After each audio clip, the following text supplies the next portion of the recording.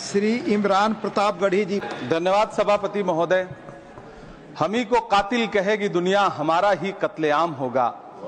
हम ही कुएं खोदते फिरेंगे, हम ही पे पानी हराम होगा। सभापति महोदय, सन 1947 में दिल्ली की जामा मस्जिद की तारीखी सीढ़ियों पर खड़े होकर के भारत रत्न मौलाना अबुल कलाम आजाद साहब ने कहा था कि मुसलमानों कहां जा रहे हो, यह है तुम्हारा मुल्क, यहां तुम्हारे आबाओ अजदाद की कब्रें हैं। उस वक्त मौलाना आजाद की ये सदाएं सुन करके लोगों ने अपने सरों की गठरियां उतार करके रख दी थी।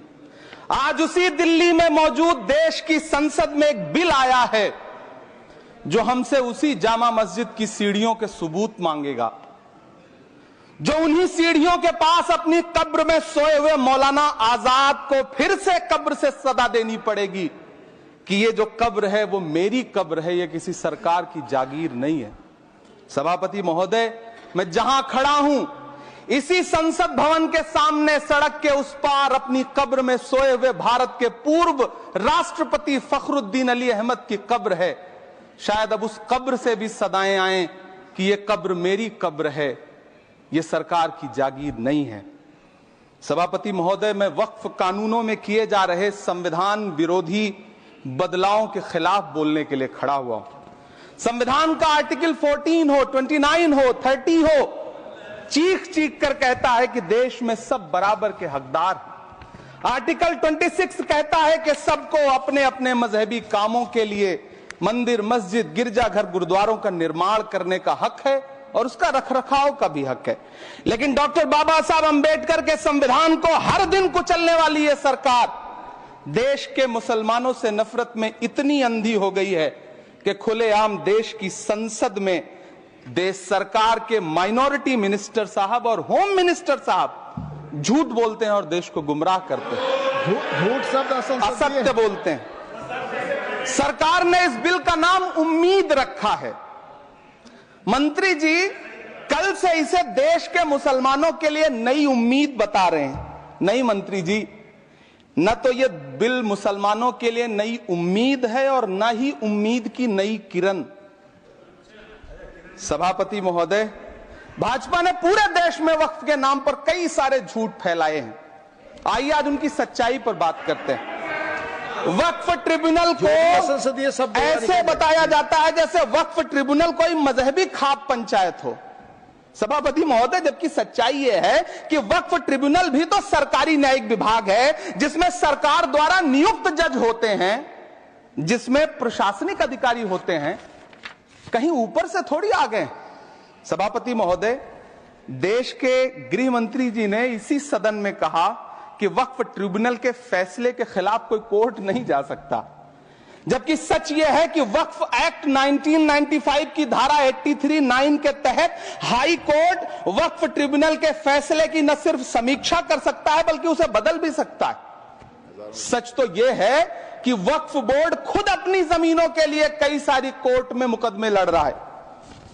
सभापति महोदय, दिल्ली की जिन 123 संपत्तियों को लेकर कल माइनॉरिटी मिनिस्टर, होम मिनिस्टर साहब और अभी आदरणीय नेता सदन बात कर रहे थे, आइए उनकी सच्चाइयों पे भी बात करते हैं।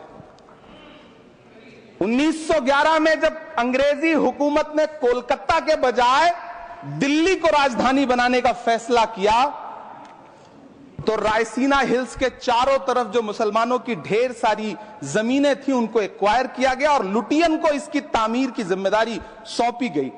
सेंट्रल विस्टा की तरह लुटियन जोन का मेगा प्लान तैयार हुआ, लेकिन उस वक्त के मुसलमानों ने उस वक्त की अंग्रेजी हुकूमत से अपनी इबादत गाहों को बचाने के लिए लड़ाई लड़ी। मामला ब्रिटिश गवर्नमेंट तक पहुंचा। तब यह तय हुआ कि वो जो धार्मिक स्थल हैं उन्हें जस का तस रहने दिया जाएगा।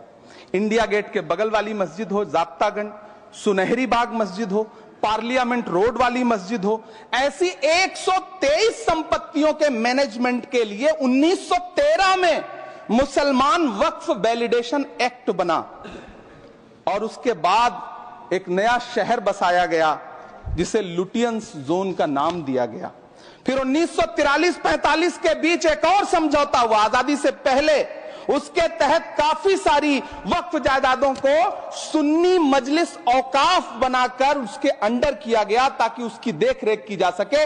गृह मंत्री जी 2 दिन से सदन में जो बात कह रहे हैं वो दरअसल 123 संपत्तियां उसी सुन्नी मजलिस औकाफ के तहत आती है। सभापति महोदय, आजाद भारत आजाद हुआ। आजादी के बाद भारत में 1954 में वक्फ एक्ट लागू हुआ, जिसकी धारा 9 के तहत 1964 में केंद्रीय वक्फ काउंसिल का गठन हुआ।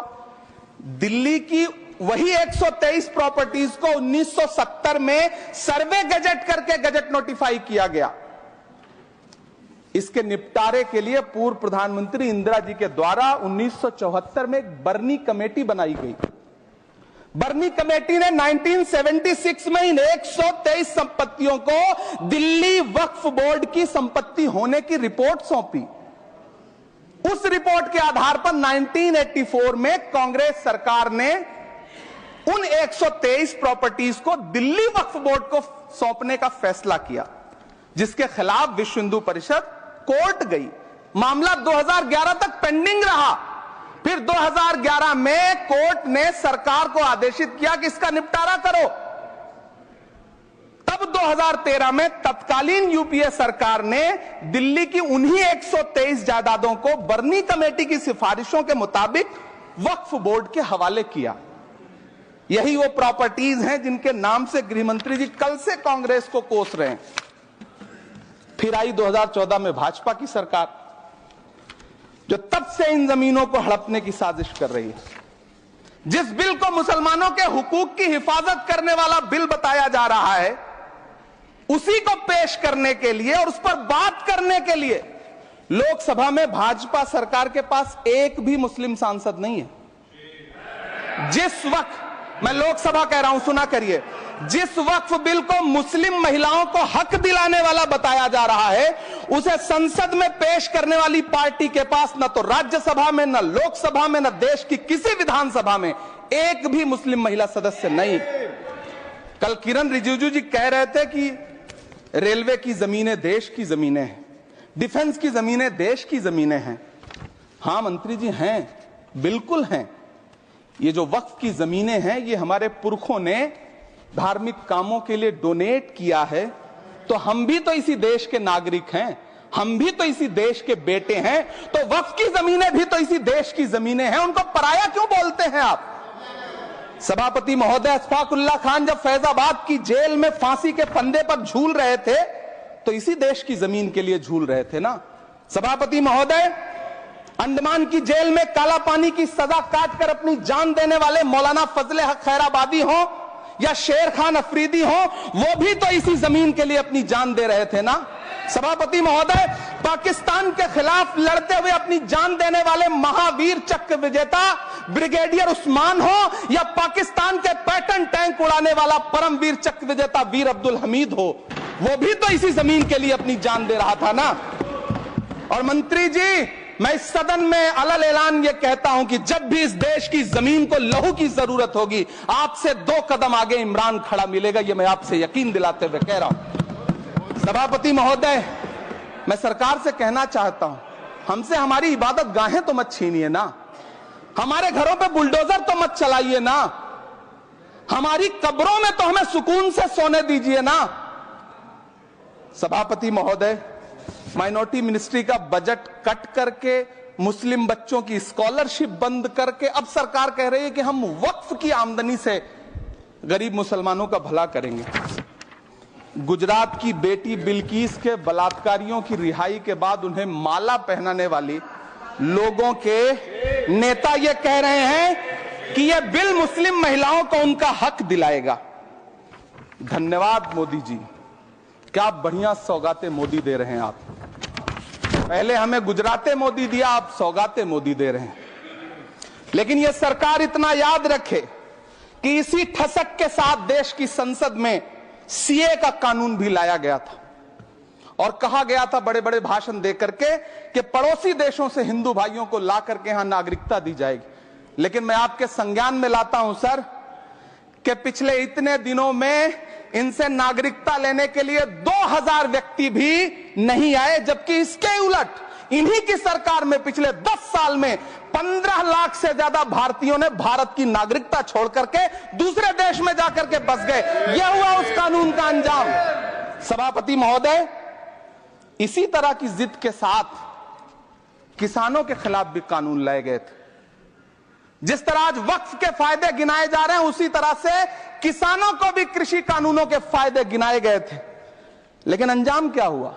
700 किसानों की शहादत लेने के बाद सरकार को अन्नदाता किसानों के सामने घुटने टेकने पड़े और कृषि कानून वापस लेने पड़े। जिल्ले इलाही, जमहूरियत जो है वो नफरत और ठसक से नहीं चलती है, अकड़ से नहीं चलती है।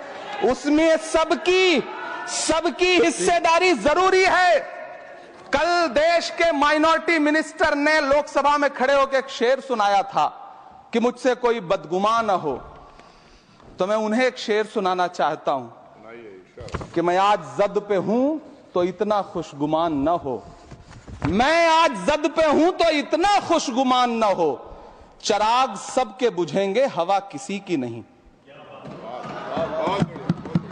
नीतीश कुमार जी हो, चंद्रबाबू नायडू जी हो, चिराग पासवान जी हो, जयंत चौधरी जी हो, देवे गौड़ा जी हो, जीतन राम मांझी जी हो, सबको समझना पड़ेगा कि जब जंगल में आग लगती है तो न वो बरगद बचते हैं जो हवा को आंधी में तब्दील करते हैं, न वो बांस बचते हैं जो आपसी रगड़ से चिंगारी पैदा करते हैं। सभापति महोदय, जब देश को मनमोहन सिंह साहब जैसा काबिल प्रधानमंत्री मिलता है तो देश को आरटीआई जैसा एक्ट मिलता है, सेज जैसा एक्ट मिलता है, मनरेगा जैसा एक्ट मिलता है, लिबरलाइजेशन मिलता है, राइट टू एजुकेशन मिलता है, नेशनल फूड सिक्योरिटी एक्ट मिलता है। लेकिन जब देश को सौगातें मोदी मिलती है तो क्या मिलता है? सीए मिलता है, फॉर्म्स लॉ मिलता है, आर्टिकल 370 मिलता है, इलेक्टोरल बॉन्ड जैसा एक्ट मिलता है और वक्फ अमेंडमेंट एक्ट जैसे बिल देश को मिलते हैं। मुझे तो अपने हमवतन भाइयों से पूछना है कि आपको अपने बच्चों की तरक्की, खुशहाली और नौकरी की दरकार है या फिर मुसलमानों की दान की गई जमीनों को लूट कर धन्ना सेठों को देने की साजिश करने वाले कानून की? सभापति महोदय, यह सरकार रात के 3 बजे तक पूरे देश को जगा करके संसद में अपने ही नागरिकों को नीचा दिखाने के लिए वक्फ बिल ला रही थी, तो उधर रात के 1:30 बजे अमेरिका हम पर 26% टैरिफ लगा रहा था। सरकार की प्राथमिकताएं देश को पता। सभापति महोदय, मैं बहुत भावुक हूं आज, और मुझे अच्छा लगा कि आदरणीय नेता सदन जगत प्रकाश नड्डा जी ने बहुत अच्छी बातें भी की, मन से बातें की। क्योंकि उनके नाम में प्रकाश जुड़ा है तो मैं उनमें हमेशा एक रोशनी की किरण देखता हूं। मैं उनके सामने बहुत अदब से यह बात कहना चाहता हूं कि चरागों के सफर में दबदबा हो आंधियों का तो फिर अंजाम जुल्मत के सिवा कुछ भी नहीं होगा। यह दुनिया नफरतों के आखिरी स्टेज पर है, इलाज इसका मोहब्बत के सिवा कुछ भी नहीं होगा। मैं भावुक हूं, मेरी पलकें गीली हैं।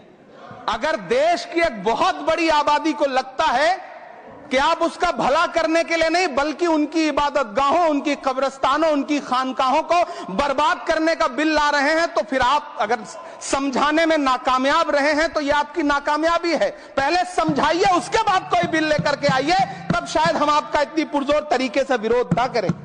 लेकिन सभापति महोदय, मैं अंत में सिर्फ इतना कहना चाहता हूं कि इस बिल में जो भी पॉइंट्स दिए गए हैं, बॉम्सी पोर्टल देख लीजिए, सरकार का झूठ आपको पकड़ में आ जाएगा। हम डरे नहीं हैं, हम सिर्फ सरकार से अपील कर रहे हैं कि हमें अपना समझिए। हम आपके अपने हैं, इस देश के नागरिक हैं और आप ताकत में हैं। संख्या बल के आधार पर बिल हो सकता है आप पास करा ले, लेकिन आपको यह बात समझनी पड़ेगी कि हम तो वो तारीख हैं, जहनों में रहना है जिसे, कागजी पुर्जे नहीं जो फाड़ डाले जाएंगे। जिस जमी पर मैं खड़ा हूं ये मेरी पहचान है। आप आंधी हैं तो क्या मुझको उड़ा ले जाएंगे? आपको यह बात समझनी पड़ेगी। आपको अगर इतना विपक्ष की तरफ से पहले जेपीसी में इतने सारे पॉइंट्स आए और उसके बाद कल से लोकसभा में और राज्यसभा में सुझाव आप सुनने को तैयार नहीं है, लोगों की शंका को दूर करने के बारे में आप बिल्कुल सोच नहीं रहे, बस आप कह रहे हैं यह बिल उम्मीद की नई किरण है। नहीं साहब, इसे भले किरण जी लेके आए हैं, लेकिन ये उम्मीद की नहीं बल्कि नाउम्मीदी की किरण है। और इस देश की एक बहुत बड़ी आबादी इस बात से खदशे में है, शक में है कि आप सीधे उनकी जमीनों को लूट करके धन्ना सेठों को बेचना चाहते हैं। मेरी अब भी आपसे अपील है कि इस बिल को वापस लीजिए। यह बिल कहीं से आपके अपने नागरिकों के लिए अच्छा नहीं है। यह बिल सिर्फ इस देश के मुसलमानों को नीचा दिखाने का और अपने एक ऐसे मतदाता वर्ग को खुश करने का बिल है जिनको इस बिल के पास हो जाने से कुछ मिलेगा भी नहीं। लेकिन आप एक नैरेटिव देना चाहते हैं, एक मैसेज देना चाहते हैं। मेरी आपसे अपील है कि कृपया ये जो सबका साथ सबका विकास का नारा है, इस नारे को रत्ती भर तो चरित्रार्थ कर दीजिए। बहुत बहुत धन्यवाद।